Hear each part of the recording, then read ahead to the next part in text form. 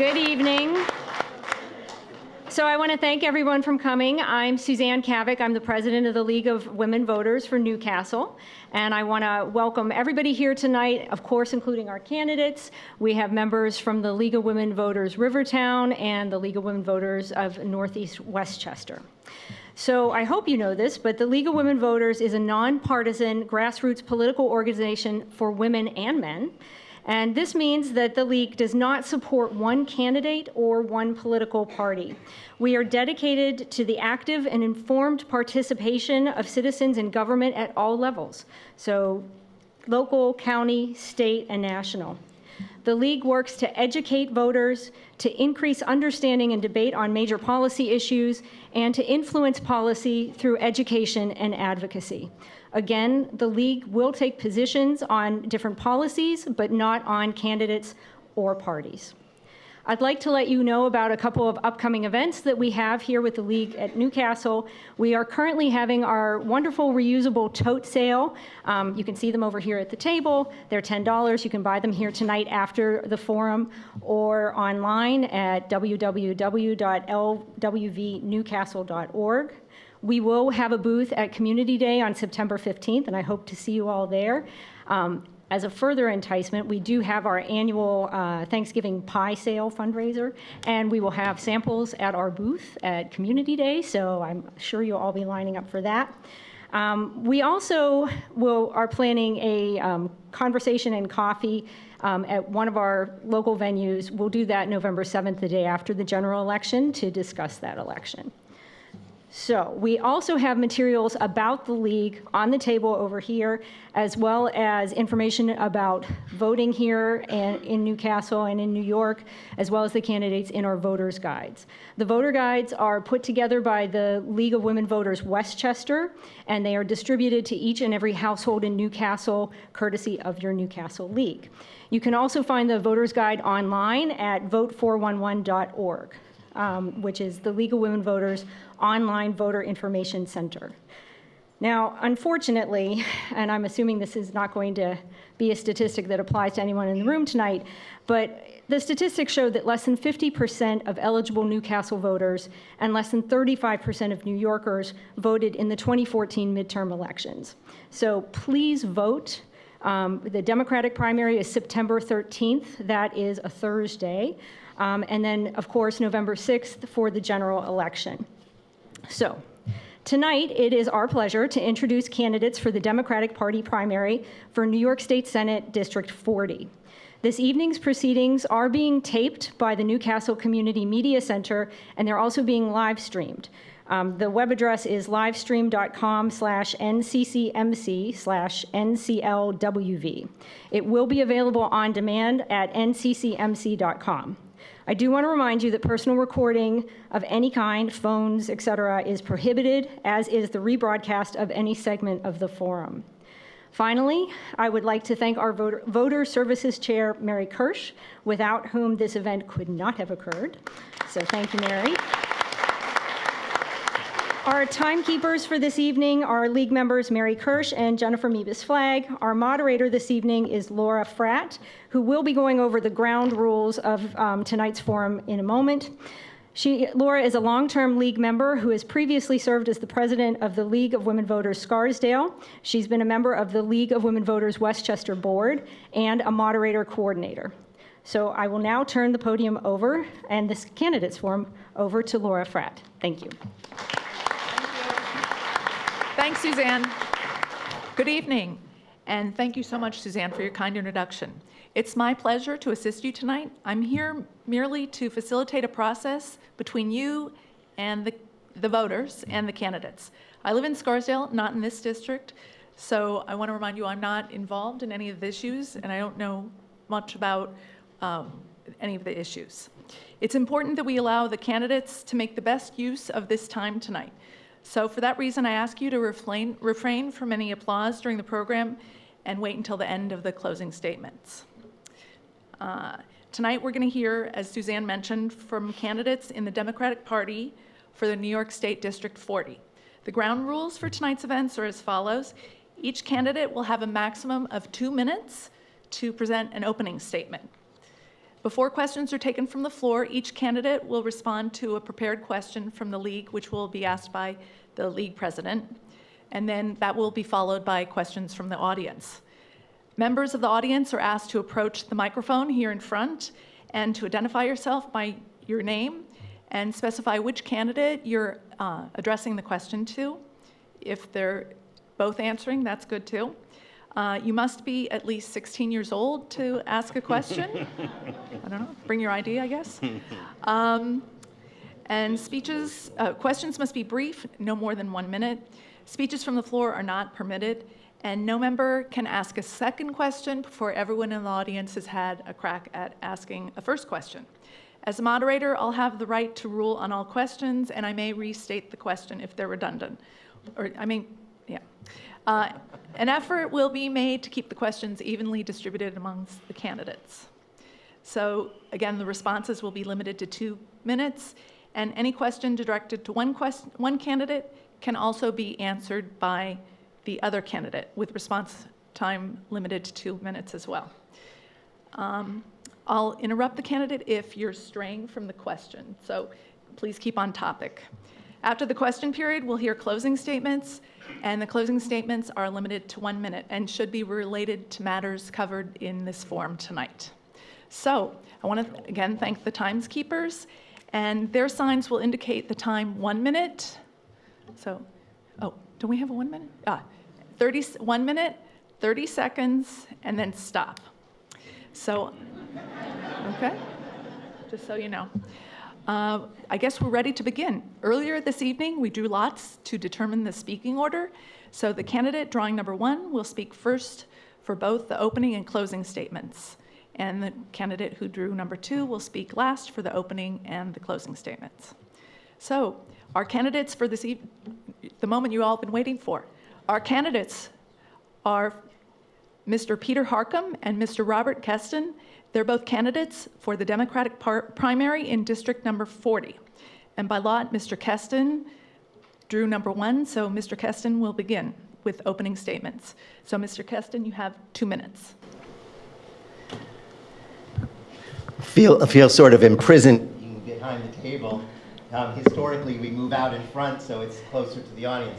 But thank you to the league for having this, and thank you people from Newcastle and the environs for coming. It's great to see so many people here so shortly after Labor Day and the return to school for those who have gone back to school. I'm not a professional politician, don't pretend to be one. I got into this race simply because my son has a mental illness, and I went to see our state senator, who told me that he has no policy on health care and no policy on mental health, even though he serves on both those committees in the New York State Senate. And when I asked if he was going to do more, he said it was above his pay grade. So when I went home and reiterated this story to my son, he said, "How can you ask someone to do what you won't do yourself?" And a year later, here I am, working hard, going from town to town every day in order to make a difference. I have worked in Albany, I have worked in Washington, and I've worked in capitals around the world, and I bring that to this position in the hope of representing the people of the 40th Senate District here every single day, as I plan to make this a full-time job. I don't plan to have any outside activity that would lead to any conflict of interest. It is important to me to be independent and to represent the voters. Thank you very much. I'm going to again remind you to please hold your applause until the end of the candidates forum. All right. So, Mr. Harcum, you have 2 minutes. Thank you.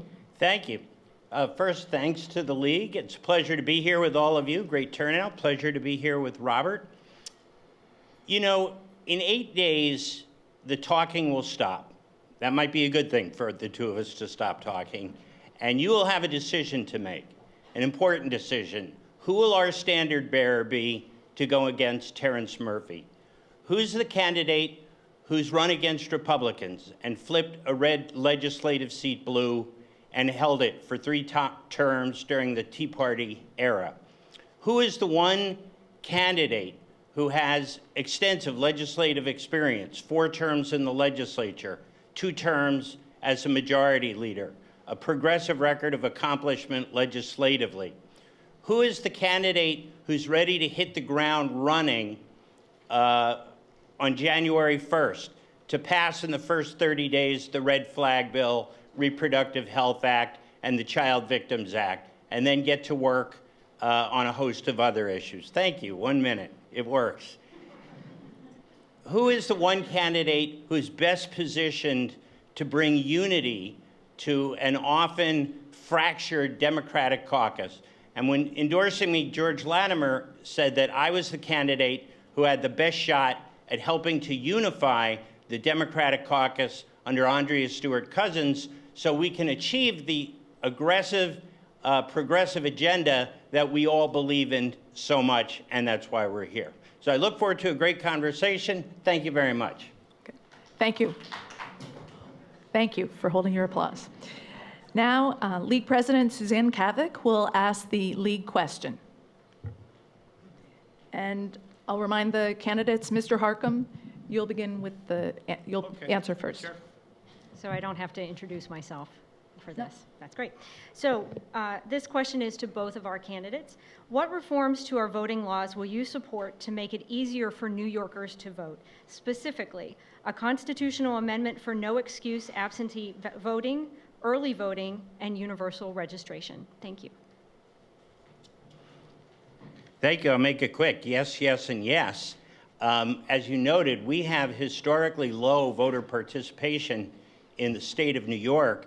And while we support those reforms, it should be noted that Senator Terrence Murphy has proposed a voter ID bill, which is right out of the Jim Crow South. And as many of us know, that voter ID laws have been used historically to repress minority turnout. So first and foremost, we reject those values. We want to encourage turnout. We want to encourage participation. We value diversity. So we say no to those Trump values and no to those Terrence Murphy values, and yes to all of the reforms that you just mentioned. Thank you. Mr. Keston, you have 2 minutes. Thank you. There is a legislation that has passed the New York State Assembly already. It's called New York Votes. It was proposed by the Attorney General of New York and flew through the Assembly and stalled in the Senate. The reason it stalled in the Senate is because there are 8 elected Democrats who side with the Republicans. They're called the IDC.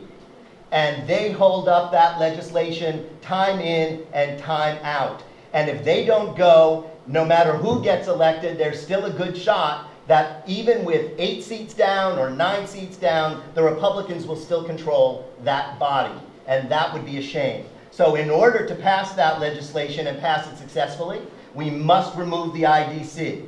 As far as Andrea Stewart Cousins goes, I supported Andrea Stewart Cousins when she was still in the county legislature trying to take on Nick Spano.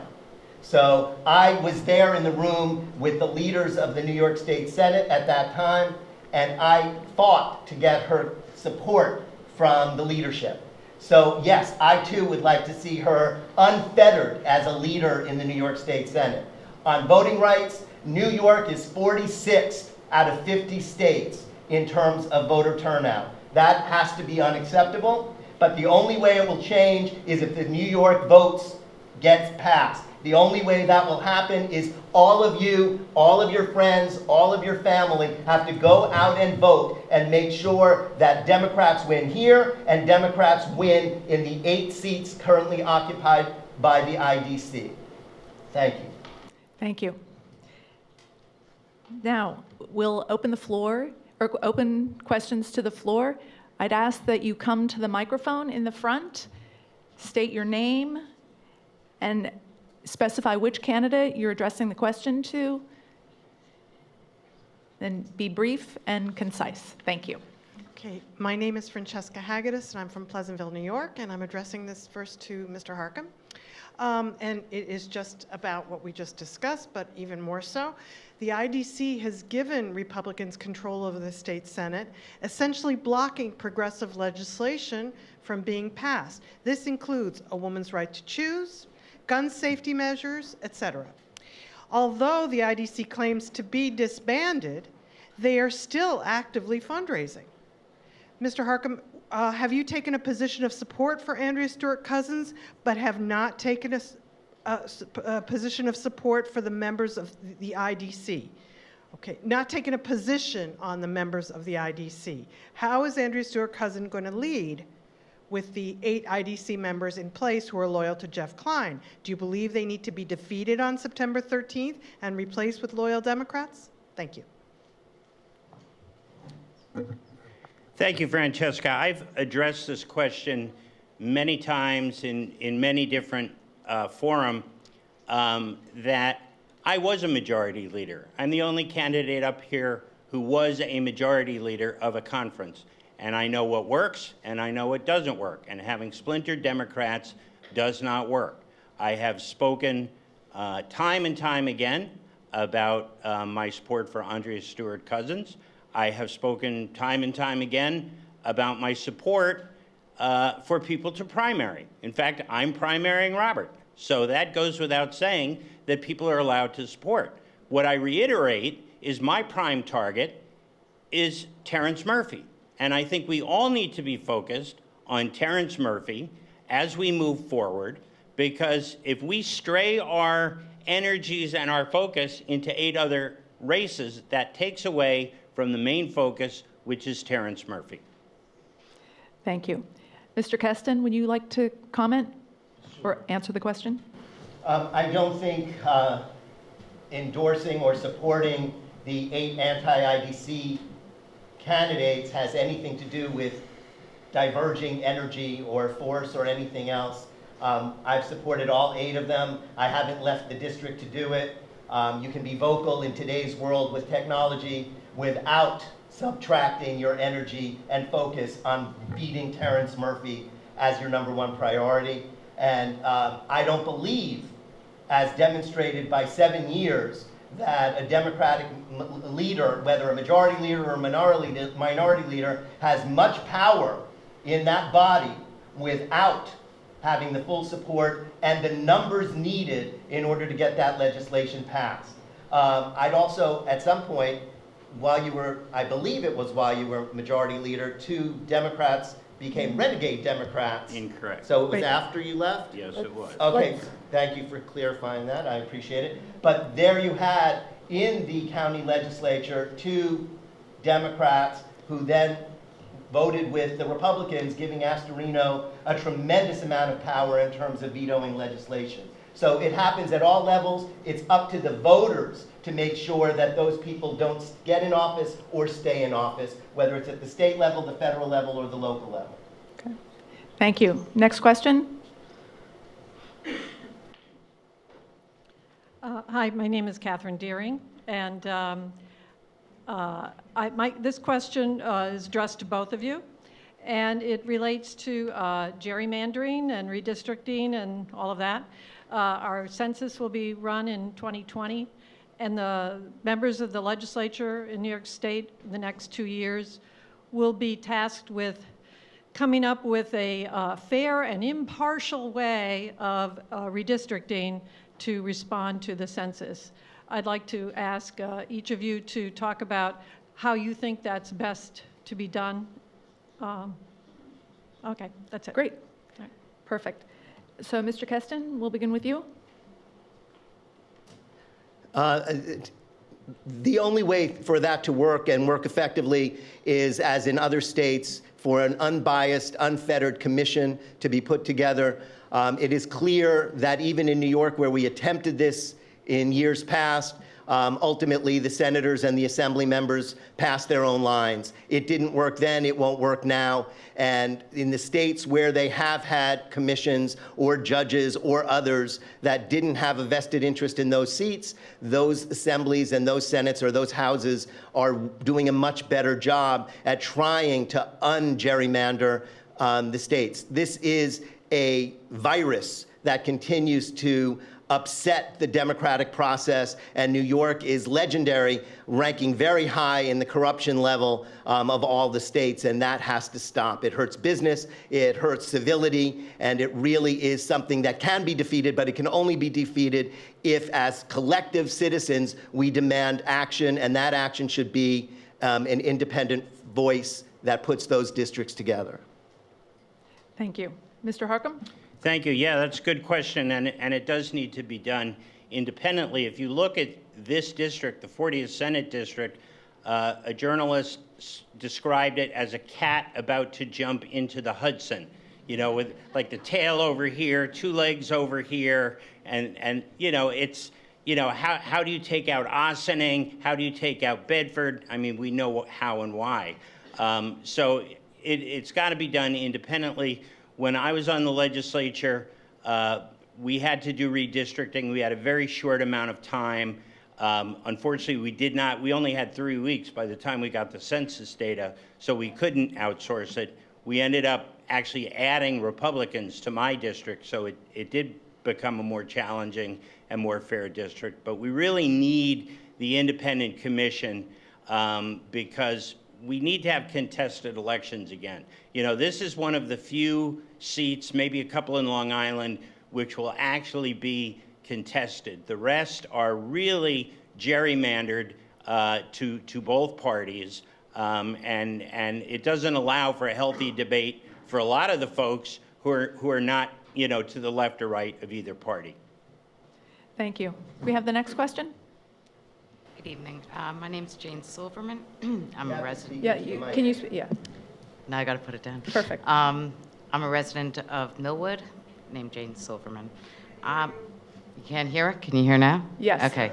So my concern is really what happens after this primary and beating Terrence Murphy. So what I'd like to know is what your strategy will be going forward for both of you, whoever is elected, who's ever nominated by the Democratic Party. And not just what the strategy is, but in particular for Northern Westchester, because it does seem like unless we get all of Northern Westchester Democrats out, we really may not have much of a chance because of the gerrymandering. So, thank you. All right. Yeah. All right, thank you. Thank you. So just to be sure, you're talking about the campaign as opposed to the legislative strategy. What is your campaign strategy for beating Terrence? Gotcha. I don't want to tell you too much of that for obvious reasons. First and foremost, we would like to get through Thursday, and we would like to do it in a congenial fashion as we have done along, because the most important thing that we can bring, that either of us can bring, is democratic unity. That is what we have to have, as opposed to, well, we're going into this election district and we need these numbers there. It's not about that right now. Right now, it's about whatever happens on Thursday, on Friday morning, that we are all unified in this room. And Democrats all over the district are unified. And we're saying no to Terrence Murphy's voter ID law. We're saying no to Terrence Murphy's Islamophobia. We're saying no to Terrence Murphy being silent and complicit on immigrant children being stashed just yards from where he lived. So that's what we need to do, and that's the strategy for all of us, is to be unified starting on Friday. Okay. Thank you. Mr. Keston? Well, since Pete's not going to give you information, I don't think that I'll share too much either. But I think that one of the most important things that we have to do, and we have done, is to build coalitions of individuals and organizations on issues that matter to the people in the district. It's not so much about Democrat or Republican. It's not much about liberal or conservative. What it is about our ability to actually talk to people. When we talk to people, whether they're in Dutchess County or in Sleepy Hollow, people relate to that. And what I'm finding in this district is people on guns, on health care, they don't really care what you are. They care if it's going to work for them. And that is our plan going forward, as it's been our plan for this entire year, holding meetings around this district in place to place to place and talking to people that would be against us and people would be for us. And we've had many Republicans come to our various town halls and other places where they've said, I voted for Trump, I'm going to support you. So we're very happy with the momentum that we're carrying in, and we're seeing more and more people looking at the opportunities to vote for people who will vote for them and not along party lines. Thank you. Please hold the applause. Thank you. Can we have the next question? Hello, my name is Amy Harwood. I'm from Somers, New York. In a recent Journal News article, you both expressed different opinions about the study for tax inequities in state land within the district. Can you both speak to that? Okay. Mr. Keston. Yes, indeed. Yes, I said that we should enact it now. There was a bill proposed in the past. This is about the fairness of parkland, that in other counties, those counties and towns are reimbursed by the state for property taxes that they're not getting for state-owned land. In Westchester, we practically get nothing. In other counties and towns, some of them get a lot of money. And there's been legislation that was held up by Terrence Murphy originally, and it sat there, and now just before the primary, Terrence comes up with this plan to study it once again.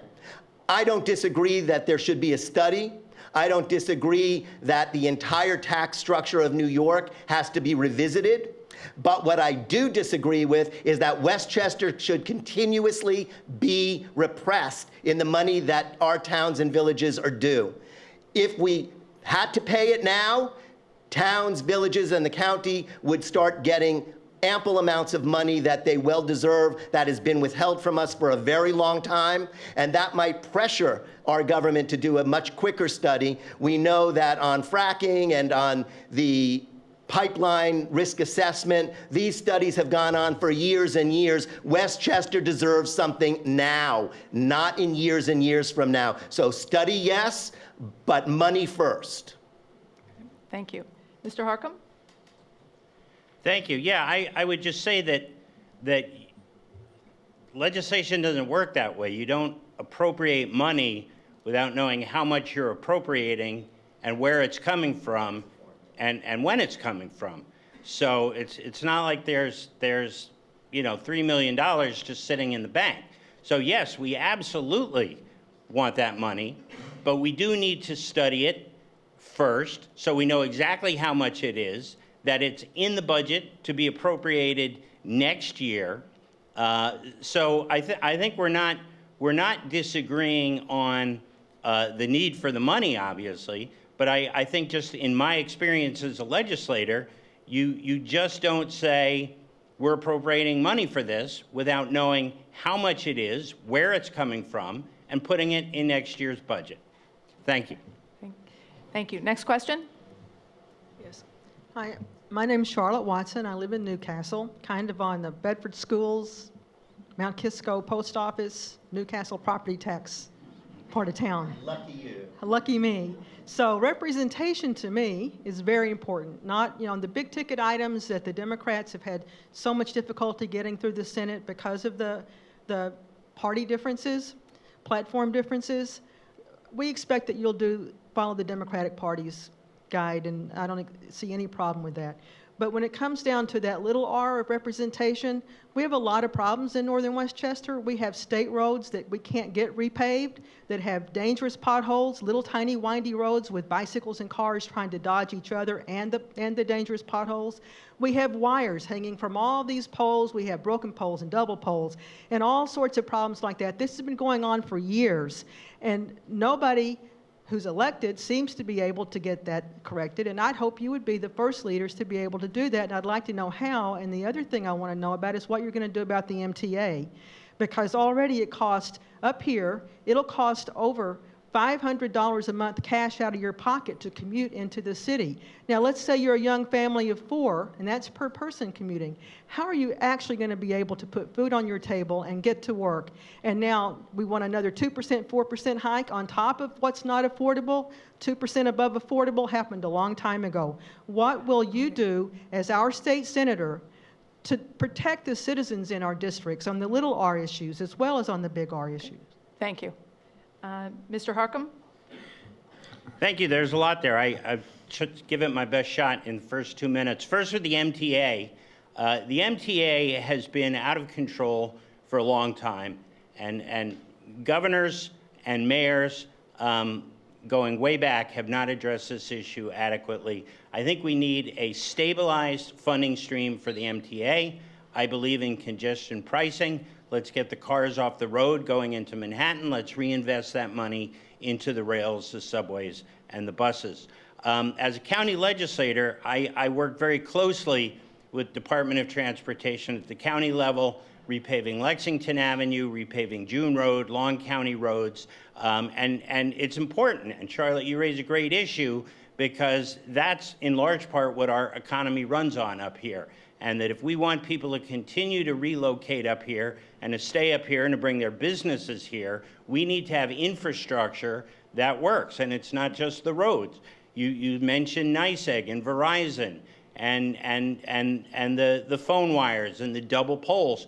We need to force them to finally build a resilient grid with reinforced poles, thicker cables, raised, elevated, fortified substations, because every time we have a storm, it's the same old nonsense. They say, well, we lost 1,000 poles, and then they build back the same antiquated system they've had for the last 40 years. So infrastructure is critical. We can talk more about that later for economic redevelopment. For instance, you get north of Mount Kisco, we lack sewers, and so it's hard to build housing and restaurants, which are often anchors for economic redevelopment for our downtown main streets.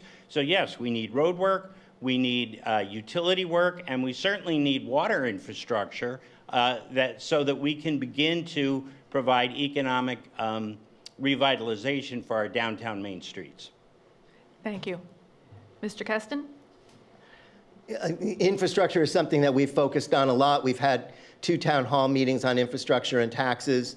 So there's no question that that's an issue that has to happen.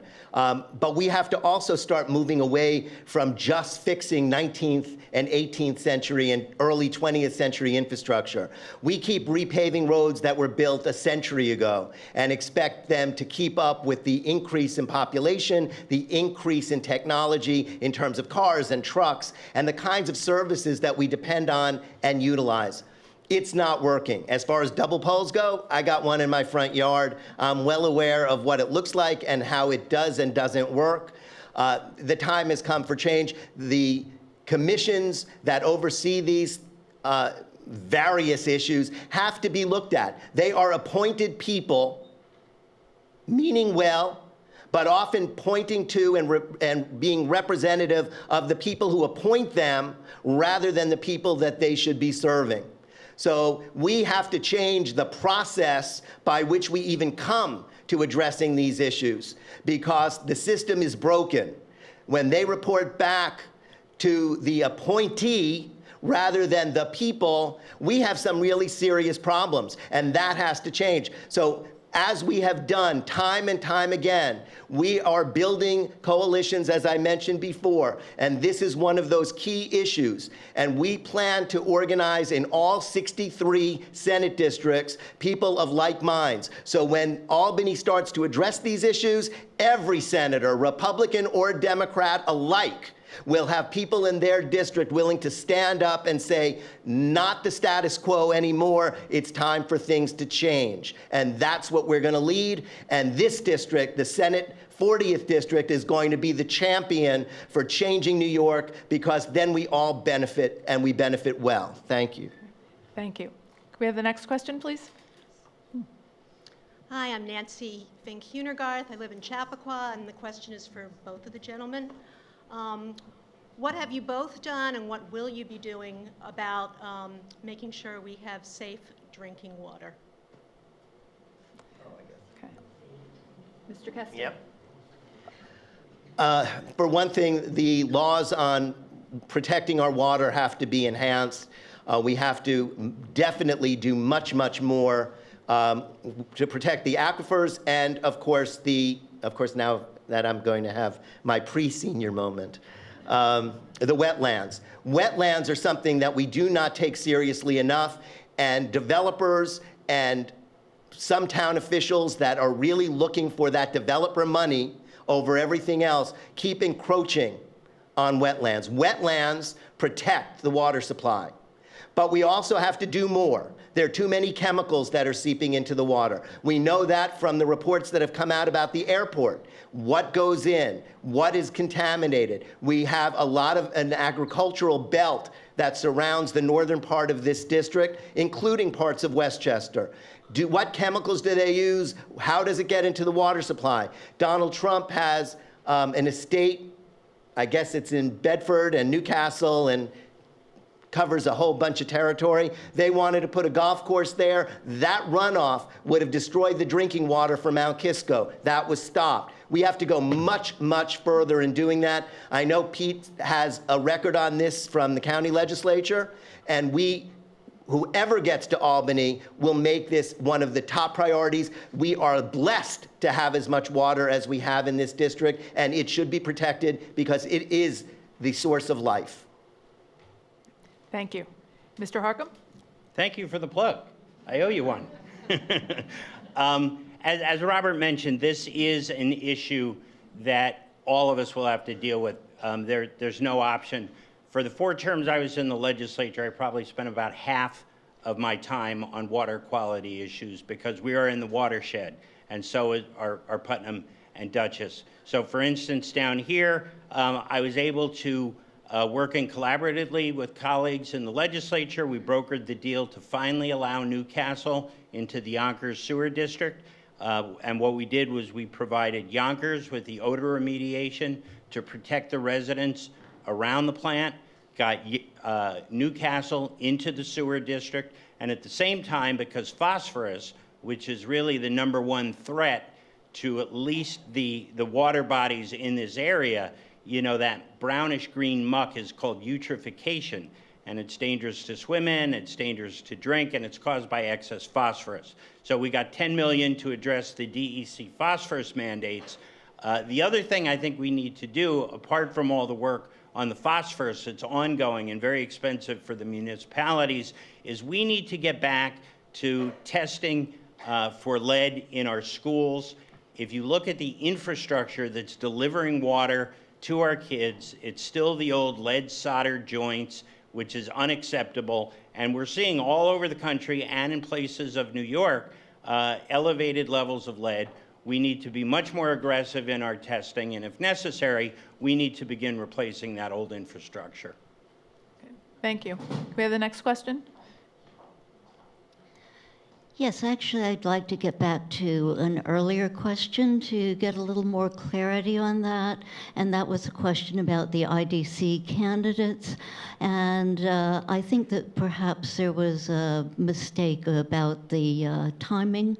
When Mr. Harcum was the chair of the Westchester legislature, I believe you left in 2015, and that Mr. Kaplowitz came in 2014 because there were IDC light candidates that came in at that point.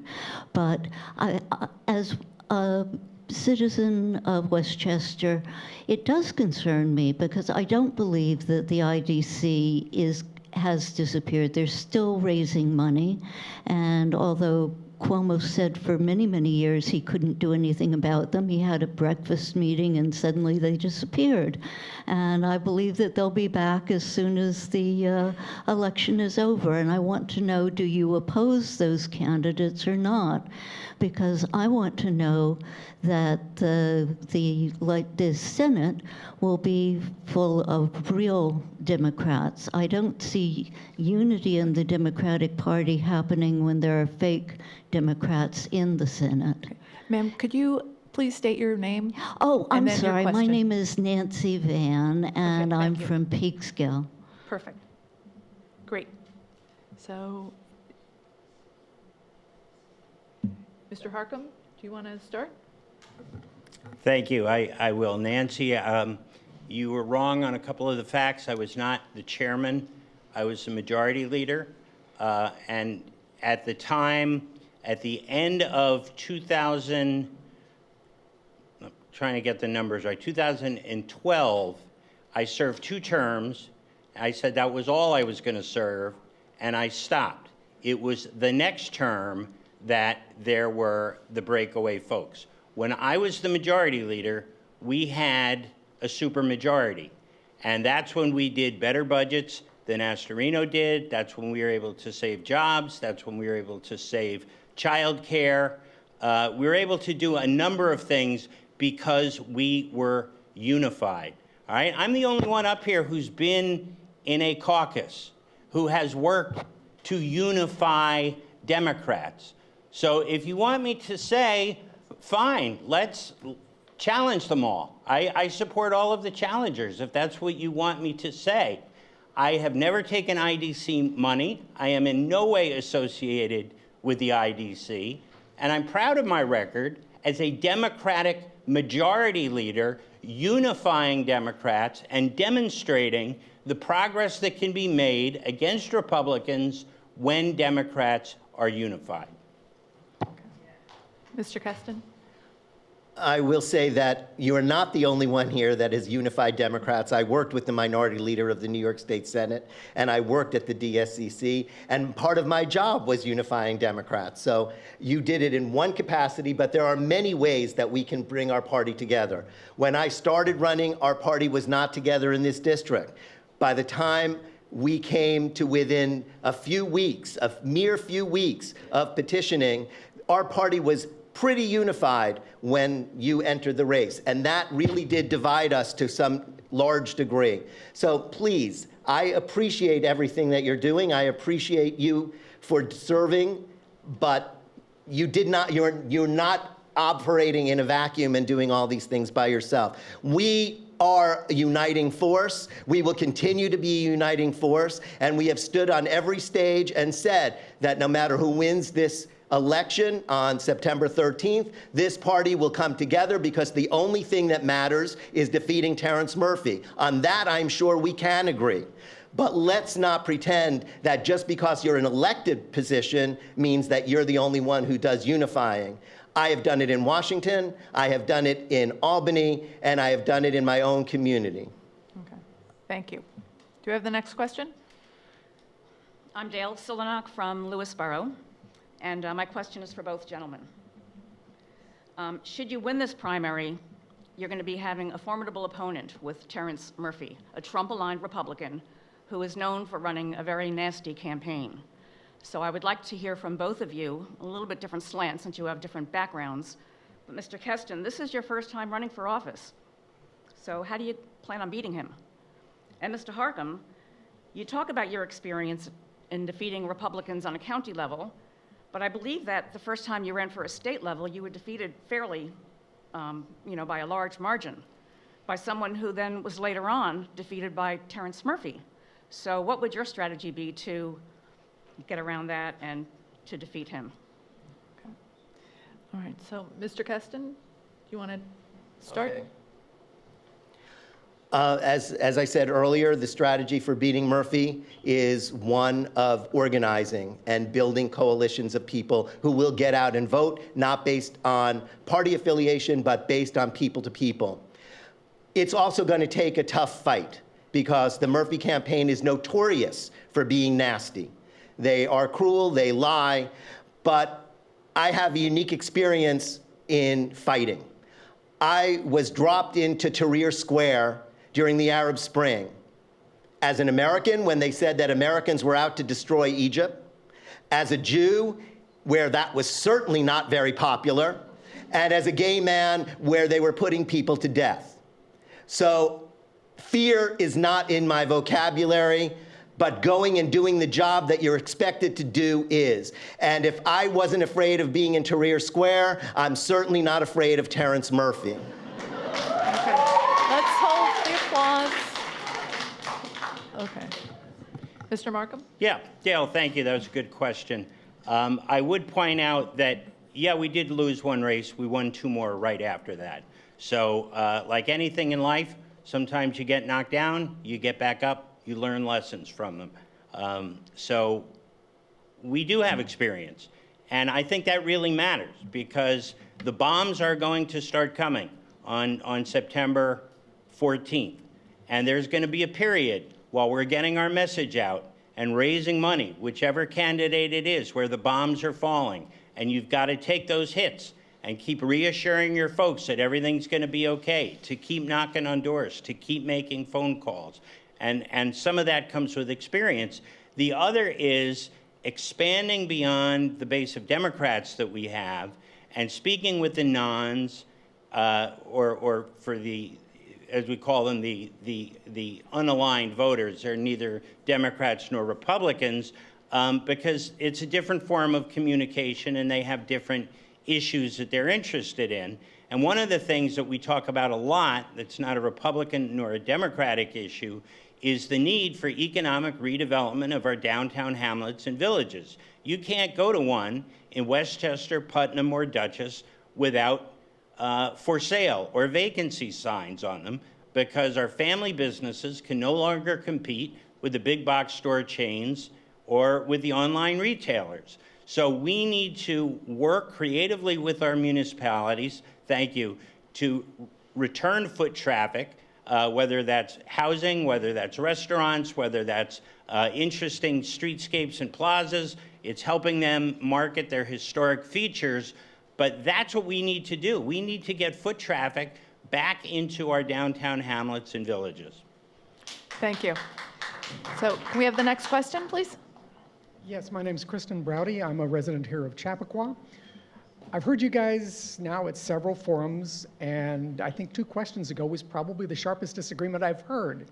And what I'm wondering is, as we Democrats here in this district, a week from tomorrow, have to make a decision, what of substance is the principal difference between the 2 of you? Not the horse race. Is there an issue on which you think, Mr. Harcum, or you think, Mr. Keston, that the other guy just has it wrong? Or are we left with whoever can beat Terrence Murphy has the best chance? Is there that issue where you guys disagree? Yes, Mr. Harcum. I would, on policy, at least in our discussions, an issue has not come up that we disagree on. We focus on our strengths, our marketability, and I think that's how we differentiate. We both have experience, but different experiences. And I'm focusing on my experience. As I've said before, I've known Robert for many years. He's wonderfully smart, you know, a gifted man. I'm running on my experience as a legislator, the work that I have done in northern Westchester, the issues that I feel passionate about, and helping our municipalities with. So I'm running on my record of accomplishment, what I would like to do, the skill set I bring, the desire to unify the caucus. All of those things are what I'm running on, and I think that makes me different and unique. And certainly having run and won 4 out of 5 of those races where people have pulled my name. And the ability and the track record of having turned a red seat blue, I think certainly bodes consideration in people's processes when they're thinking about, all right, who do we pull the lever for on Thursday? Thank you. Mr. Keston? I was getting up. For me, the biggest difference and the most striking difference is that I am independent. And I remember studying in school that we have to have 3 branches of government: a legislative branch, a judicial branch, and an executive branch, and they are separate and equal. I have no ties to any power brokers or big money people. I have only the voters to be responsible to. No one asked me to get in this race except for people who I met on the road going from town to town and village to village. I am not beholden to people in making endorsements. I am not inclined to take orders from anybody other than the people that I am here to serve. That's it. I think that that is a difference. As far as running in an election as a candidate, no, I have not done that, but I have worked on campaigns. I have worked on campaigns for 2 United States majority leaders, United States Senate majority leaders, and for the minority leader of the New York State Senate. That experience is worth its weight in gold in understanding how these things come together. And then I worked with them on policy issues ranging from welfare reform to education to housing across the board at the national level and at the state level. And then I have extensive experience working internationally, including working with the president of Ghana on reframing their constitution. It doesn't get more experiential than that. Thank you. We have the next question. I'm Barry Feinberg from Croton-on-Hudson, and this question is directed to Mr. Keston. In the previous debate in Mayopac, in response to a question about third-party lines, you said that you were going for the Democratic line. That's all you intended to go for, and that's all you tried to go for. I'm curious, why did you choose only to seek the Democratic line? I will say that if I did say that and I haven't looked at the tape, then I misspoke. I did interview for Working Families. They went with Pete. I didn't go for any other line. I understand from what I've been told, women's equality is the governor's line. He created it, he keeps it, and they never called me, they never asked me to participate in a conversation or interview me. I didn't go after them. For me, we still have a country that's basically 2 parties. This other stuff is, in some sense, a mirage that distracts us from the reality that we live in. And it allows people to have lines and lines and lines, which complicates things rather than simplifies them, and may be one of the reasons that New York has such a low voter turnout rate. We should have parties that actually represent people, not parties that represent people who run elections. And I think that that is why my focus primarily was on the Democratic line. When Working Families asked me to come in for an interview, I was more than happy to do it, but that was it. Thank you. Thank you. I would just say that, Barry, the Working Families Party to me is not a special interest. When I was thinking about running, they were one of the first calls I made. And you know, people want to talk about associations with this person or that person. If you know a little bit about politics, you know that the Working Families Party and the governor hate each other. And yet I can work with both of them. And when we were having wars about childcare, there weren't a lot of Democrats around, but the Working Families Party had my back. When we were fighting the housing settlement wars, there weren't a lot of Democrats around, but the Working Families Party had my back. When we were fighting source of income discrimination, there weren't a lot of Democrats around at that point in time, but the Working Families Party was there for me. And I told them I was not going to run this race without them, and I'm really proud to have their support.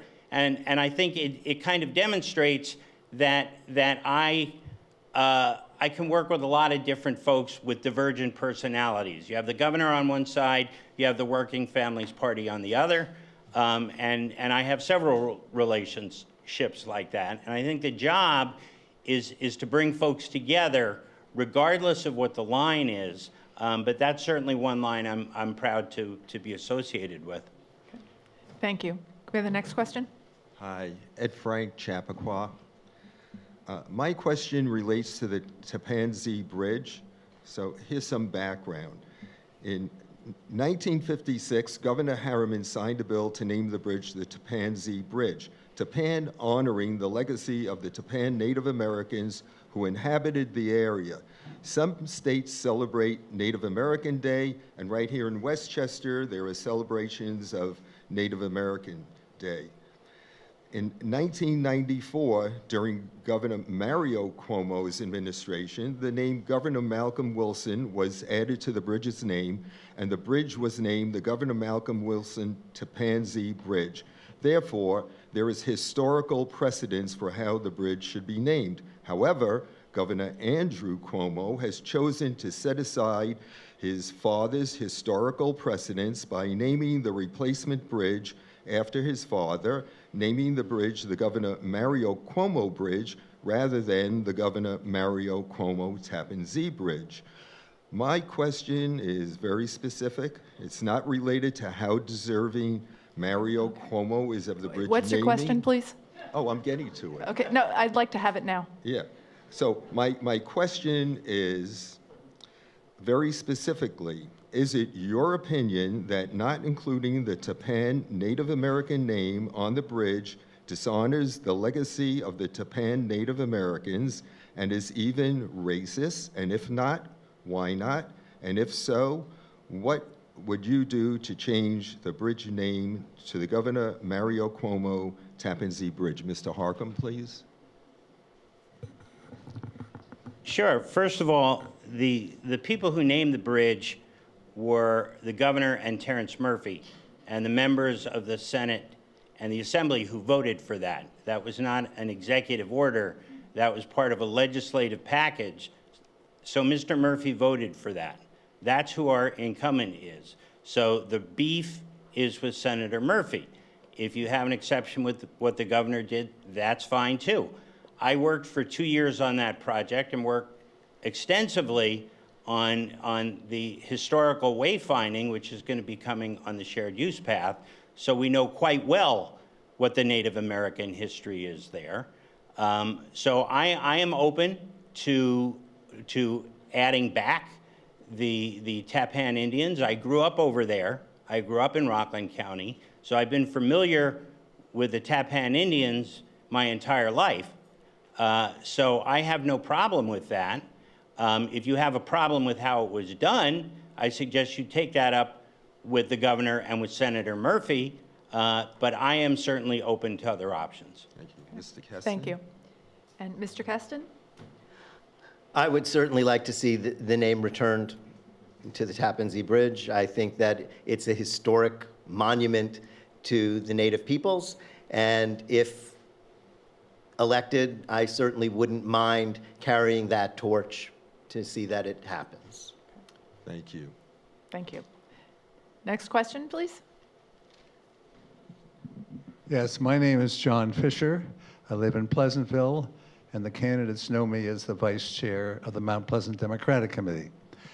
So 2 years ago, the voters of New York voted down a proposition to hold a constitutional convention, not because they didn't support the need for updating our Constitution, but because they feared that the delegates appointed might well be in the hip pocket of special interests. But it's high time for a constitutional reform. So I'd like to ask the two candidates whether it's feasible to go into the Constitution and pluck out 4 or 5 priority issues and make them a legislative priority in the Assembly and the Senate, rather than simply walking away from the issue. Mr. Keston? Yes, I know. Thank you, John. Interesting question. I too believe that we need some constitutional reform. Many states have different constructions. Some have strong legislatures, some have strong governors. We have a strong governor. I would like to see that modified so that the legislature has more authority over what goes on. The legislature does represent individual districts. There are 63 Senate districts. That is one of the reasons that so many people were opposed to the convention. And that is because our districts are gerrymandered so that Republicans have a weighted advantage. So in Democratic districts, you have the most population that's allowed by law in those districts, whereas in Republican districts, you often have the least number of citizens allowed by law in those, branching out and giving them an unfair advantage. the Constitutional Convention is based on the Senate districts. So therefore, union members and others, and I am a union member, were definitely concerned that the makeup of a Constitutional Convention would be made up of a gerrymandered Senate district-based group. And that wouldn't have been good for labor, and that really is a big reason that that was voted down. And I do agree, as I said, that there are issues. I don't know if you could pick 3 or 4. David Buchwald, who represents this district successfully and well, got one amendment to the Constitution passed, which was brilliant and important, but one takes a long time. So I don't know how many could be picked at any given time, but certainly it has to be looked at, and I appreciate your asking that question. Okay. Thank you. Mr. Harcum. Yeah, John, thank you. That is a good question. And a constitution is a living, breathing document, and it should be looked at and edited and revised as need be. And it was an interesting point about empowering the legislature versus the governor.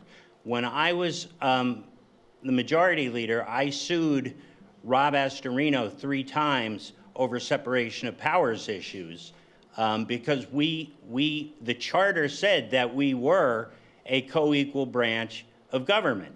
So we do need to restore that balance of power in terms of budgeting and in terms of how the executive can execute changes to the budget. So those things do need to be looked at.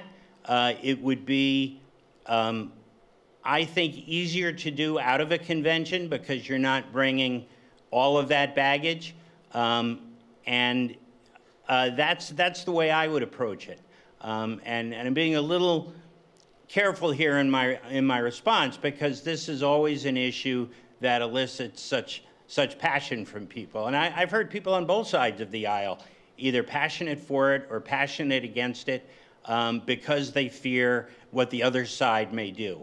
So if you can build consensus, and I certainly think for building the power of the legislature is certainly something that other members of the legislature on both sides of the aisle can buy into, I think that's our best bet for getting there. So I'd like to just make one comment, and that is much of what gets done legislatively takes place on the floors of the 2 bodies in Albany. But I would like to challenge whichever of you winds up in the Senate and deposes Mr. Murphy, to come back to the electorate and organize support through the committees here to help you achieve your weighted objectives in the Assembly and Thank the you. Senate. Can we have the next question?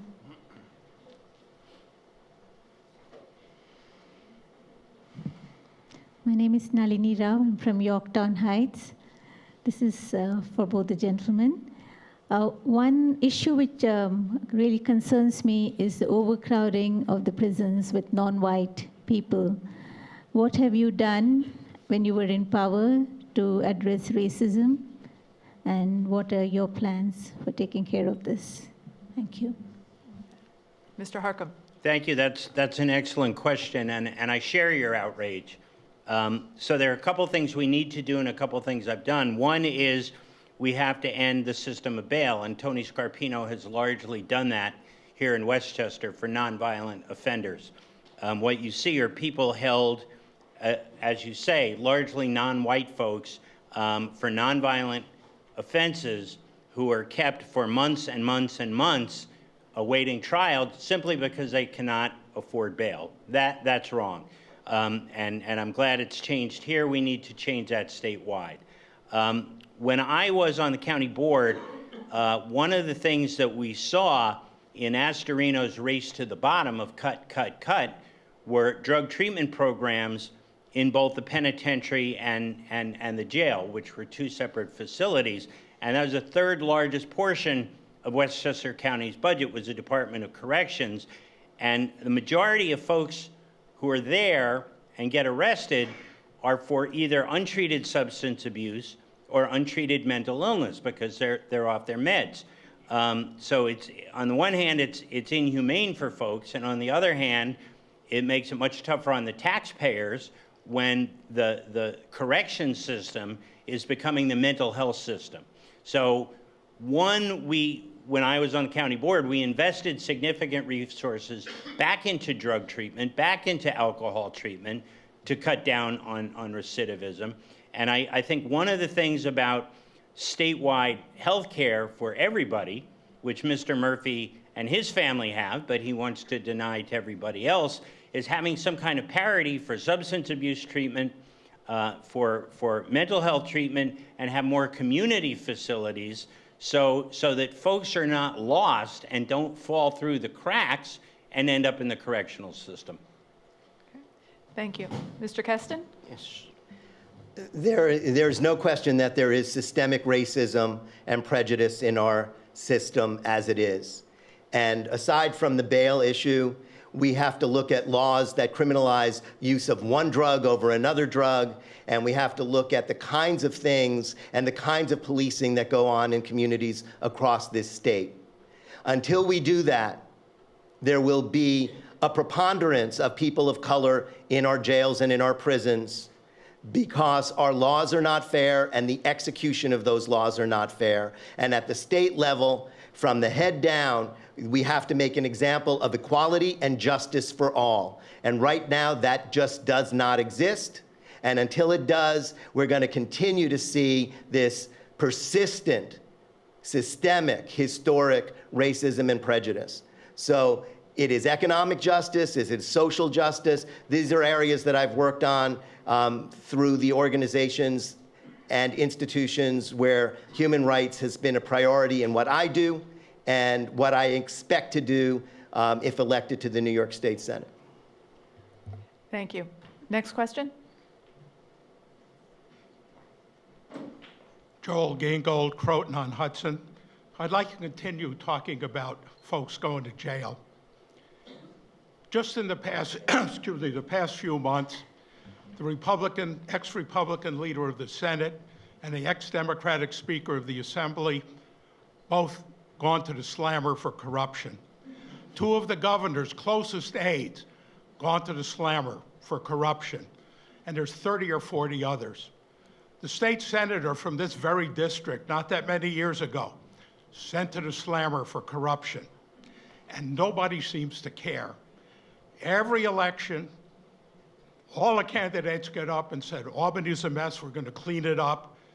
Nothing ever happens. This whole system is preventing many things that need to be done in the state from being done. And I'd like to know what each of you will do. I realize you can't do it alone, but what will you try to do, and how will you demonstrate your independence from all of the vested interests, political and business, that are creating the corruption that's currently in New York State? Okay. Mr. Keston? Very tough question, Joel. But independence is primary. Independence in the AG's office will also be exceptionally important in this election, simply because ties to any one branch by the Attorney General compromises their ability to do their job.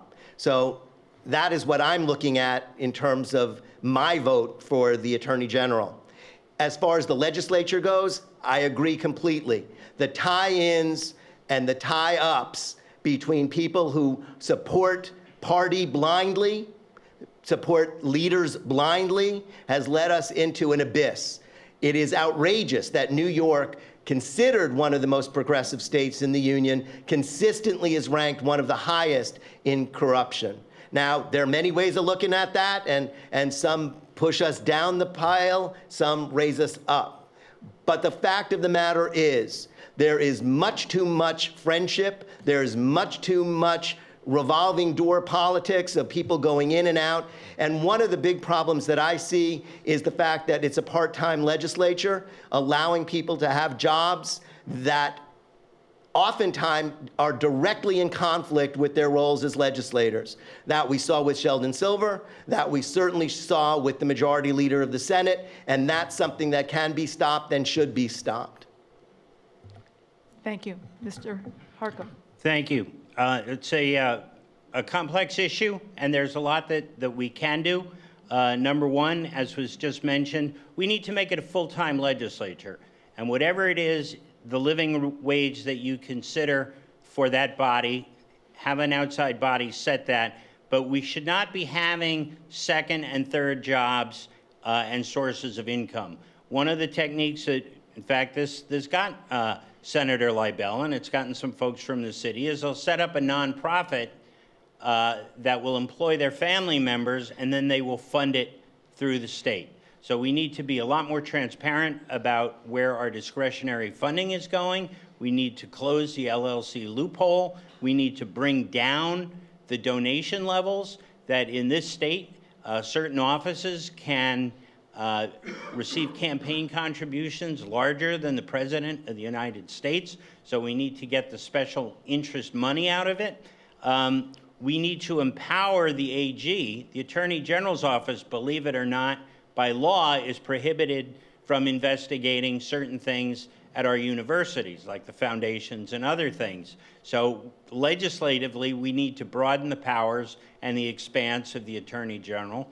And it's interesting because you hear these cases where there is no oversight on certain contracts. And when I did work on the bridge project for 2 years, the Inspector General's team was embedded with the office staff, and they were there on a daily basis inspecting each and every transaction. So we know there are parts of state government that know how to make it work. We need to take those best practices and put it both in the management of the contracts of the larger projects, but also in the oversight and breathe more sunshine into how the state does business. Okay.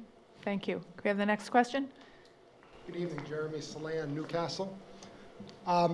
There's a lot of vitriol, hostility, obviously, in politics, and it's become sort of echo chamber between one camp and the next camp.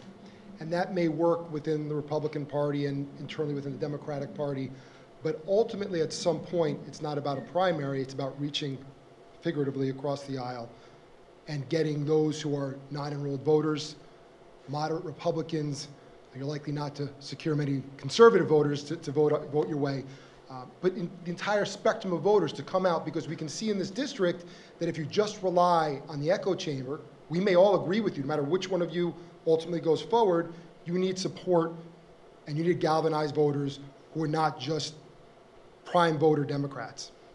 So my question to you is, how are you going to galvanize and get out that voter? How are you going to connect to that voter who may be, for example, pro-choice, but concerned about his or her property taxes, who may be a firearm owner, but also agrees that Second Amendment rights certainly exist and should be here, but safeguarding kids, residents, other people from abuse of firearms and things along those orders, there needs to be laws in place to make sure that everyone is safe.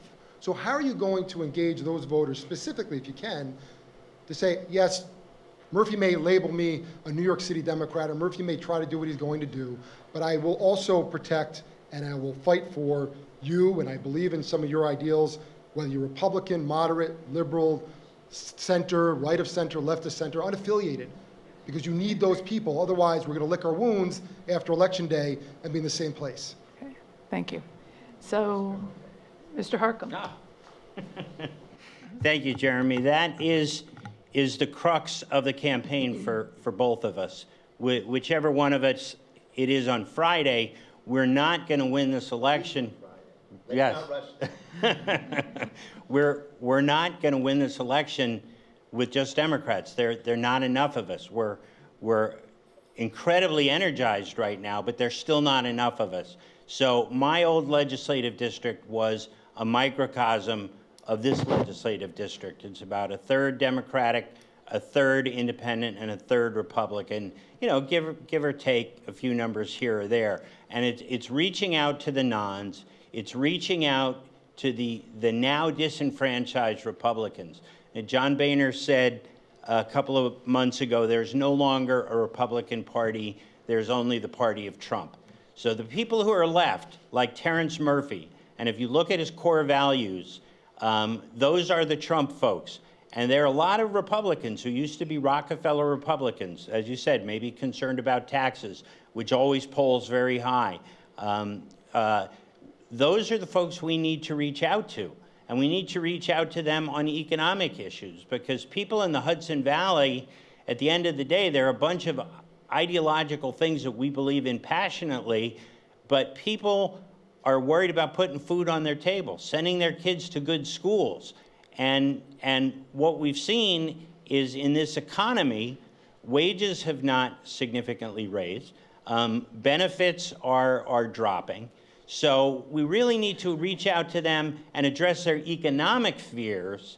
And then, as I found as a legislator, once you address their economic fears, then they'll listen to you on other issues. Okay. Thank you. Mr. Keston. Jeremy, it's an interesting question coming from you. Your father was a brave man who stood up to his own party and voted for same-sex marriage, which cost him probably his election and his life in electoral politics. So thank you for asking that question. For a year now, I've been out there holding town hall meetings, meeting one-on-one with people of all parties. And we have found historically and time again, if you talk to people as people, if you talk to them about the issues that matter to them, party slowly but surely vanishes from the agenda. Tomorrow at the historic courthouse in Carmel, we're holding a rally on single payer. We already know that Republicans will be there because they too are scared to death about what happens if the United States Congress has its way and does away with the remainder of the Affordable Care Act. So we have already crossed that issue. We've been talking to women in Dutchess and Putnam who would like to see sensible gun legislation. So we have not spent all of our time talking about two prime Democrats about the importance of the primary. We have been talking to people about the issues of concern to them and their families.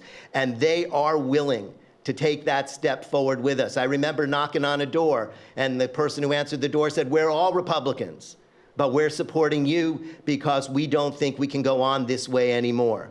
So I think that tide has turned. There are 10,000 more registered Democrats in this district than there are Republicans. I think that number is growing. I think that there are many people in the middle and that were Republicans that don't consider themselves there anymore. And we are making progress, and that progress will not only carry us to Albany, but it will also carry this legislation to the floor of the Senate chamber and into law. Thank you. Can we have the next question, please? Thank you. I'm Howard Ellison from Yorktown. And this, I guess, is primarily to Mr. Harcum. Yep. Yes. Okay. Speak into the microphone, please. I read with great interest the endorsements of the New York Times, both for Governor Cuomo and for the Attorney General, and was really dismayed at the long list of people who've been convicted of various forms of corruption and extortion at the state level. And especially concerned that one of the reasons, or the major reason given for the endorsement for Attorney General, was that they felt she could best protect us from Washington and from New York. So I guess my question is more to Mr. Harcum because of your affiliation with our governor, and whether you can generate the distance necessary to effectively lead a cleanup of our swamp. And I'd like you to address how you can do that. Thank you. Thank you. Mr. Harcum. Sure. Yeah, absolutely. First and foremost, nobody is above the law. That is the number one principle. Nobody is above the law. All right? I worked for the governor for a time. I do not work for him now. As a legislator for 4 terms, I showed my devotion to my constituents.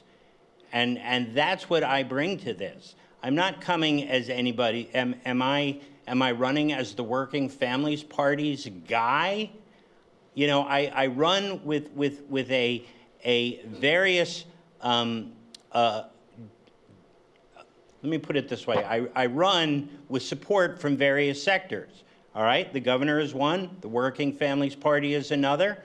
Assemblyman Tom Abenanti, who is no fan of the governor's, also endorsed me. County Executive George Latimer endorsed me. I'm not his guy. Deputy County Executive Ken Jenkins endorsed me, as well as a number of other people, including Sandy Galiff, Assemblywoman Sandy Galiff, members of the county board. So I'm proud to have those endorsements, and I have a strong track record of working independently and fighting abuse of power, as I did, and I mentioned before. I sued Astorino 3 times. It's about the legislative body and the importance of maintaining the integrity of that as a co-equal branch of government. And I put my name on 3 different lawsuits to fight to protect that. So I have a record of doing that. Thank you. Mr. Keston, do you have anything you'd like to This is an issue that permeates everything. The governor, who has been outspoken, rightly so, on keeping the investigation going on Donald Trump, fired the Moreland Commission when it got too close. The Moreland Commission should be brought back now or certainly in January when the new legislature takes office. We have to hold ourselves as accountable as we hold others. Otherwise, we lose our own credibility in the marketplace. And I think that we do a disservice to ourselves and our constituents when we think that we are above the law. And the Moreland Commission should be there, just like the commission in Washington is there, overseeing what our president has done wrong. Thank you. Can we have the next question, please? It's coming by phone. Hi, my name is Tina Bongar, and I'm from Peekskill, New York, and I'm a Democratic Party district leader, and we've had both candidates come in. So I guess my question is to you, Mr. Harckham, as it was at our Democratic Party meeting, and this is about the AIM pipeline. Our community has been, I joined the fight against this high-pressure power pipeline that was put in our community right next to Indian Point, really at Indian Point. And I believe that our public safety, that we're in imminent danger from that pipeline and the decommissioning of Indian Point. I asked you about the risk assessment and at the meeting, and you referred me to somebody in the governor's office, who I did contact and never called me back, so, of course. So my question to you, and thank you, you're right, I gotta get to the question. My question to you is, knowing what you do now, after the release of the risk assessment of the pipeline, what would you, when you enter office, what actions would you take to lead or not lead with that risk assessment? And I guess like Robert Keston, the same question. Sure. Too. Great. Sure, I don't need the risk assessment because years ago I opposed that pipeline. When I was in the legislature, I opposed that pipeline. I opposed a pipeline going through Blue Mountain Reservation. So I am on the public record years ago opposing both of those pipelines. It made no sense to me whatsoever to build out a high-pressure gas line next to a nuclear reactor on a fault line. Makes no sense at all. I opposed it then. I opposed it now. I've called for the transmission of gas to be turned off, knowing what we know now. But I have always been opposed to that pipeline, and I've always been a vocal proponent of a renewable energy economy. Wall Street Journal reported that last year, private sector investments in clean renewables were more than double that of carbon-based energy sources. So even the private sector markets are crying out for this. You know, in the county legislature, we advanced solar with the solar inventory of all county property. We eliminated the sales tax on components, county sales tax, to stimulate activity. We made the licensing for solar construction and installation easier if you were already a licensed contractor. You didn't have to go through a lengthy process again. So I have always been a big proponent of the renewable economy, clean energy, solar, wind, tide, geothermal, no nuclear, and we don't need the gas pipeline and the compression stations with the methane that they emit into the atmosphere, and also the fluorocarbons and the other carcinogens that they emit. They're a risk to our communities. We don't need them, and we get no benefit from them because that's export gas. Thank you. Mr. Keston? I was at the AIM pipeline event earlier today, a press conference.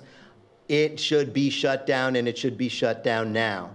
There is no one who can guarantee that it is safe. There is no one that can guarantee that it will not explode. There are too many citizens in Westchester, in Putnam, in Rockland, in Connecticut that will be affected by this. And the county leaders, the state leaders should demand that the federal government, if that's where it has to happen, shut this thing down and shut it down now. As Pete said, the private sector endorses clean energy. Well, so does the job market. There are more jobs created in clean energy every year than in coal and in gas and in oil. It is time for the big money people to recognize that the future is passing them by, and we have to move along with it, because otherwise we will all pay a price. In addition to that, as long as we have fossil fuels, we will continue to see respiratory and cardio disease increase, not decrease. We could shave billions of dollars off of healthcare just by getting rid of these contaminants from our air and water supplies. This is a health issue, this is a safety issue, and the time is now. Thank you. Next question.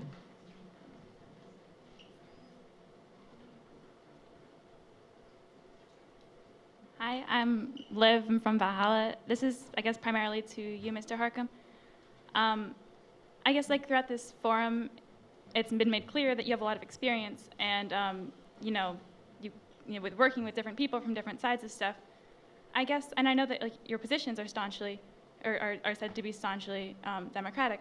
I guess I'm worried, or I'm wondering whether you would compromise on the things that shouldn't be compromisable. I guess because of like hearing this kind of unclarity, this like lack of clarity with like the IDC and stuff. It's like, yeah, because compromise in politics is important.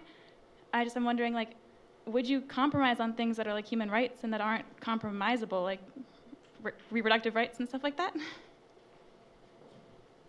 When Ken Jenkins, former chair of the board and now deputy county executive, endorsed me, one of the things he mentioned that when I was majority leader, I never compromised our values as Democrats or our principles as Democrats. So, you know, I really find this whole thing a little interesting in that I've been a Democratic leader who wants to build unity in the caucus, and another candidate is talking about being an independent force. The whole point of this is to build unity within the Democratic caucus and the Democratic conference. And as the Democratic majority leader, that's what I did. I am a party person. So it's kind of hard. You can't have it both ways. We need to be united. If we want health care for every person, we need to be united on that front. If we need election reform, we need to be united as Democrats. Yes, we need to reach across the aisle to work with Republicans, as I did when I was in the legislature. But it first starts with our conference and saying we're all in and we're all buying in. And so I have a history of that, and I'm not saying I'm going to be an independent source. I'm saying that I'm all in with the Democratic program because that's who I am and that's who I've always been. Thank you. Mr. Keston? It is about bringing people together. It's about bringing all people together. And until we do that, we will fail. So yes, you might have a few people that agree with you and a few people who don't, but unless you find the ways to get everybody on board, as many as possible, we don't move forward. When John F. Kennedy said in 1961, we're taking a man to the moon, he didn't say, Democrats, let's take a man to the moon. He didn't say, Republicans, let's take a man to the moon. He said, Americans, let's take a man to the moon. That's what makes this country great. That's what has always made this state great, whether it was Rockefeller being the governor or Mario Cuomo being the governor. They found ways to talk to everybody and bring people together, not a caucus at a time, not a delegation at a time, but finding the things that united us as people. When Ed Koch stood on that bridge during the garbage strike, he didn't say, Democrats, let's pick up the garbage. He said, New Yorkers, how am I doing? We are New Yorkers. We are Americans. We are not party people or not party people. We are New Yorkers. And that's what we should remember, and that's what we should be working for as we move forward. Okay. Thank you. Can we hold the applause, please? And do we have another question? Sure. I'm Jan Malillo from Peekskill, and the question is, Yeah. sorry, Jan Malillo from Peekskill. The question is to both of you. I don't think we've spoken yet about the stalling of the Child Victims Act. I know there are two versions. The last that I read about this is that we once again have no action to protect our children, to get or better protect our children, to give victims of sexual abuse a chance to speak to the abuse. And I'm wondering what the two of you think you can do to move this forward against, we know, the strong lobbying and money of the Catholic Church, various other people, groups of people, to move this legislation forward. And I know that, once again, we're stuck against the Senate and the majority in the Senate. But that's the question. Thank you. So, Mr. Keston?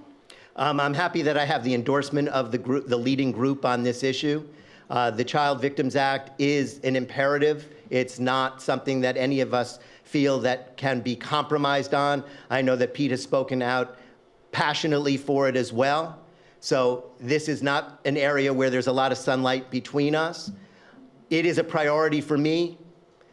I believe that everybody deserves their day in court, that everybody has and should have the opportunity to face those who abuse them, whether it's institutional or individual, and that the law, the way it is now, prohibits that from happening. We can make that change. My guess is that once this Senate is Democratic, that will be one of the very first things to pass, because it really isn't that hard to see right from wrong, and this is as right and wrong as anything is, if anything is. Thank you.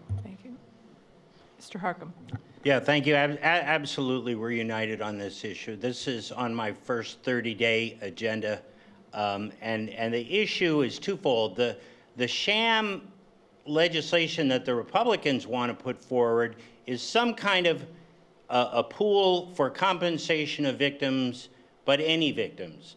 And what it does not do is it does not hold the institutions accountable. So not only do we have to hold, and that's what the Child Victims Act does, it holds the abuser accountable by extending the statute of limitations, but it also holds the institutions that have enabled them for a number of years, either through their silence or complicity, by transferring them from city to city to city. So it's imperative, as we both agree, that we get this bill passed, and it's on my first 30-day to-do list. Thank you. Do you want to take the microphone to, so there was someone apparently, yeah, go ahead. And then there was someone that wasn't able to stand. So go ahead, ask your question, and the next person will take the microphone. Hi, I'm Emily Persons from Pleasantville, and I'm going to ask a question about something that hasn't been asked about, which is education.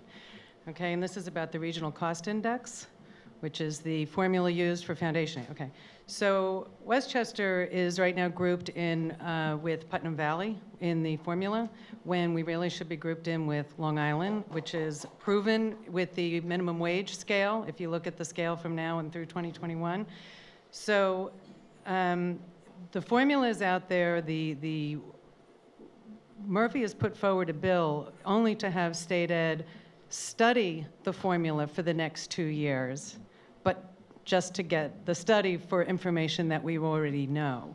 So what can either one of you do to influence state ed or the Board of Regents to get Westchester, to get us in the right regional cost index formula, and to also update the formula so that it's using more current numbers in the formula, so that we can get the proper aid that Westchester needs. Right now, we have approximately 5.68% of total students in the state, yet we're only getting about 3% of state aid. And yes, we might have a little more money than others, but it still costs a lot, and we need the right amount of aid for our students.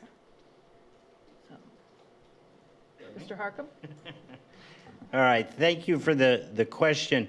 We had the same experience with transportation system as well. Long Island, although it had a comparable bus system to the Beeline bus system, was getting anywhere from $10 to $12 million a year more than Westchester County was, simply because of the power of the then Long Island senators. So it was about a political formula as opposed to truly educational formula or transportation formula, and that's what needs to be blown up. We need to get back to making decisions based on quantifiable information, and in this case, we have the data, we have the quantifiable information, but it also goes to getting to a more progressive income tax structure to take the pressure off of a regressive property tax structure for funding our education. So in the question, you had mentioned that we may have a little more than some other areas do, but a lot of our residents, as our population is getting older, is really suffering. They're on a fixed income. And the property tax and the over-reliance on the property tax is a regressive tax, particularly on seniors and those on fixed income. We need to get back to a progressive income tax with more state aid flowing through. The richest 1% in this country, of the $1.2 billion tax cut, got 80 to 90% of that. They can pay a little more to help take the burden off of the property taxpayers. Thank you. Mr. Keston. We mismanage money left and right in this state, and this is one great example. Education takes the biggest part of our property tax. It also is the single largest item in the state budget. And yet we are still $4 billion or more short of what the courts mandated to get justice in the school system and equality. This means that the entire system has to be revamped. It's not just changing that formula, it's changing all the formulas. And I agree, we have to move away from property taxes as other states have. It is not only regressive, it keeps people from being able to move in, and it keeps people from being able to move out. That is not how you build a real estate market. It's not how you keep your schools top notch. And it certainly doesn't serve the basic needs of the citizens of this district and this state. Taxes are a huge problem in Westchester, Putnam, and Dutchess. And it has to be dealt with at the state level, and it has to be done in a way that brings fairness. There are too many corporations and too many individuals that do not pay their fair share and benefit grossly from a dysfunctioning system. That has to stop. One thing that has to stop is money in politics, because that keeps and perpetrates this kind of system that only works for the few and against the many. And our schools are one of the best examples of where this is not functioning and not functioning well. Peekskill alone is owed over $26 million from the state. That would go a long way in a district like that. Yonkers needs additional funding. They had schools that were falling down. Every town, every village, every district needs help, and help in different ways, and it's not being taken care of by the Department of Education or the powers that be, and it really does need a very different viewpoint. Okay. Thank you. Can we, so we're gonna, do you want to take the microphone? Was there? Yeah. Is there anyone that cannot stand or come to the microphone that would like to ask a question? Okay, thank you. Yes, I would like to ask if you both believe in single-payer health care, and if so, what would you do to implement it? Thank you. So, Mr. Keston. The reason I got into this race was because of this very issue. This, to me, is the cornerstone of change that has to happen in New York, because it is the cornerstone that we face every single day. Aside from the fact that my son needs sustainable, reliable health care, in 2016, a week after my birthday, I went out to run. And on the road in front of my house was hit by a car. For a year, I was able not to work or do much of anything else. That court case is still going on now.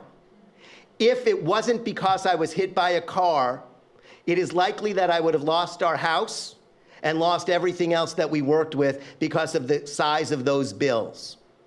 Healthcare means that each and every one of us, at one time or another, is one illness or one accident in terms of losing everything that we've ever worked for. For me, this is the #1 priority. How would we make it happen? There is legislation that has passed the Assembly 4 times.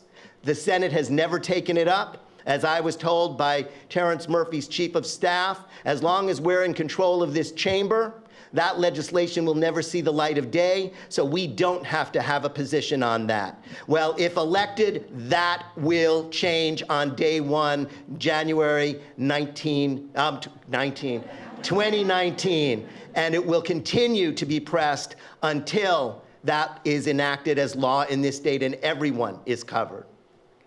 Thank you. Mr. Harcum. Yeah, thank you, Christina. I do, absolutely. And there are a number of reasons for that. But it's primarily what drives me is the substance abuse side of the equation. And also as kids begin to age out with disabilities, at a certain age, whether it's 18 or 21, depending on different programs, they lose benefits. And so what happens to those folks is there's a gap. And we see a lot of people fall through the gap. We also see, we have a patchwork of insurance plans now. And some rehabs will take some insurance, others are cash only. I know families who spend $50,000 out of pocket in cash to get a family member into rehab because a certain rehab won't take insurance because the payback rates don't equate. So there are still so many holes in our system, and it makes us more whole economically. When we have a healthier population, when we don't have people losing their homes in foreclosure because of medical expenses, which we still do. We have a baseline of what acceptable coverage is, but not every provider provides that. And the thing about universal health care is it ensures that every provider will see everyone, and you don't have to beg and choose and wonder who's going to take your insurance and spend 6 days on the phone trying to find a provider who takes your insurance. Thank you. Okay, we're going to take 2 more questions. So is there anyone that cannot stand that would like to ask a question, that would like the microphone brought to them? Raise your hand. Yeah, we're going to do that. Okay. So is there anyone else that would like to ask a question? Going once? Going twice? Okay, last question. I think everyone's had a chance, so this is the last question. Oh, and then I we're get going my own, to close I it. get my own microphone. Good. My question is about substance use disorder and treatment centers. About 3 years ago, about 52,000 people in the United States died of an opioid overdose. My nephew was one of them, teenage nephew. Last year it was 72,000. There are all sorts of treatment centers. We were just talking about treatment centers. And they have limited efficacy, let's just say. My question is, the SAMHSA organization, the ISMIC committee of the SAMHSA organization, has informed some of the advocates like me that the legislature, the Congress has passed a bill to grant close to $1 billion to the states for substance abuse, rehab, treatment, and that sort of thing. A lot of it will be in the form of block grants or sort of pseudo-block grants, because each state will have to set up certain types of centers and do certain things, but it still will require a lot of state oversight. Can you comment on how you would prevent a lot of that from ending up in people like Sheldon Silver's pocket and getting it to treatment centers that are using proven methodologies to get more effective treatment? Okay. Thank you. So, Mr. Harcum, we'll begin with you. Yeah, thank you for the question. First, and foremost, it goes to the insurance issue that we spoke about before, is getting everybody quality insurance. The second is we need more beds. And third is better oversight and regulation of treatment centers, because some are very, very good and some are very, very bad. And so we need better oversight of the treatment centers. And we have a need to revamp the way we look at substance abuse, in that, as we mentioned before, there are different types of centers. Some are effective, some are not. You mentioned programs that we know work, you know, the proven methods. That's what we need to be focusing on. If you break your arm, you go to any hospital, they will have the exact same protocol as to how to treat that broken arm. If someone presents with substance abuse in a hospital, in some cases, the emergency room, they're given Narcan and off they go. If somebody's fallen down the stairs and broken their ankle, the issue is not the broken ankle, it's the alcoholism that led them to fall down the stairs. But many of our medical providers are only given 12 hours of instruction while they're in medical school. So we need to do a much better job up front of screening when people present for pancreatitis, for kidney disease. The other thing is, as you mentioned before, with opioids, they take longer, in some cases, 2 to 3 times in treatment, you know, as opposed to other things where maybe you can get sober the first time you try after you've hit bottom. With opioids, it's a longer time horizon, and that's one of the reasons you need more beds, is because people are going back time after time, 2, 3, sometimes 4 times, and I'm sorry for your loss. Thank you. Mr. Keston? Yes, I am too. Your nephew, I'm sure, was a wonderful person and probably deeply missed. This is an issue that's important to me. My uncle was a heroin user. His last time shooting up was actually in my bedroom as a kid. So my desk was burned where he had his spoon and his flame. He went on to run a place outside Philadelphia called Gadenzia House. My mother ran the only drug rehab program in Westchester County, which was called CAGE, which was in White Plains. As those of you who work in that field, you know it's a 24-hour-a-day, 7-day-a-week job. So the only way I got to spend time with my mother as a kid was after school. I would go to CAGE, and I would go sit in and participate. You had to participate in the group sessions. So I learned a lot about junkies, and I learned a lot about what worked and what didn't work. And I learned the heartache of being in a group with someone one day and then them never coming back. The way to keep that money flowing to the places that work is oversight. And when that money comes in, it will be important that the legislature pass legislation that keeps track of how that money is spent by the appropriate executive agencies. Right now, block grants are always a danger. Money gets lost, money never comes back. Management is key, and that has to be legislative oversight of the agencies that will manage that money. That is absolutely essential.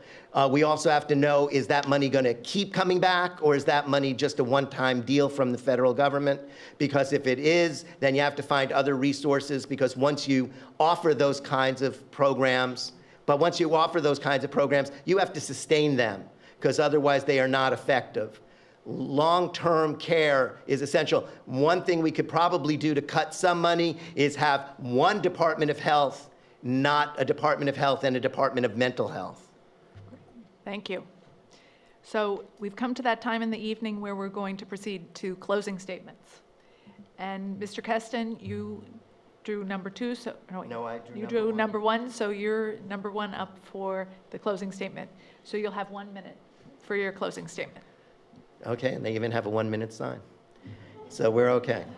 Once again, thank you to the League, and thank you to all of you who are here, and especially to those of you who have stuck it out. And I don't know if it's warm there, but these lights are pretty hot here. This is an important election. It's an important election because we have a corrupt system that needs to be cleaned up. We still have, though, a New York that offers great promise, not only to the citizens of New York, but to the people of this country. There is a woman that stands in the harbor and holds a torch. That's not only a torch for immigrants, it is a torch for each and every one of us. I believe that I best represent the possibility of rekindling that torch for all Americans and all District 40 residents. I also believe that our campaign is the best suited and best prepared to take on Terrence Murphy with the money that we have in the bank right now, with the team that we have in place, and with the legendary volunteers that have gone door to door with and without me for the last year. Thank you, and thank you for being here. Thank you. Okay.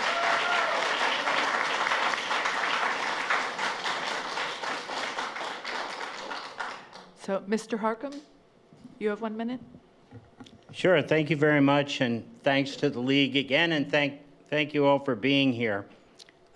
We have an opportunity to do something historic. One of us will defeat Terrence Murphy, be the first Democrat to take this seat, and also turn the New York State Senate blue. And that's the goal of all of this, is to turn the New York State Senate blue. So all of these things that we've talked about, the Child Victims Act, the Red Flag Bill, reproductive health care, universal health care, all of these things that we're talking about, we can accomplish.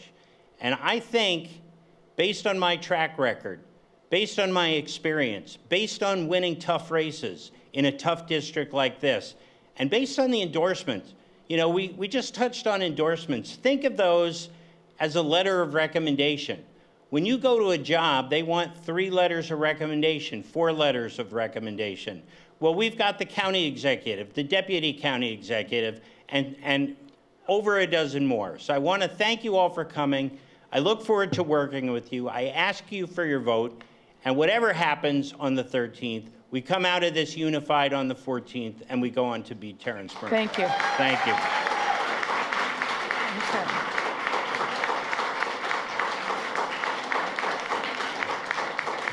Thank you. In closing, serving the public in any elected capacity is a noble and laudable calling. Being a candidate takes courage, commitment, and a dedication to the common good.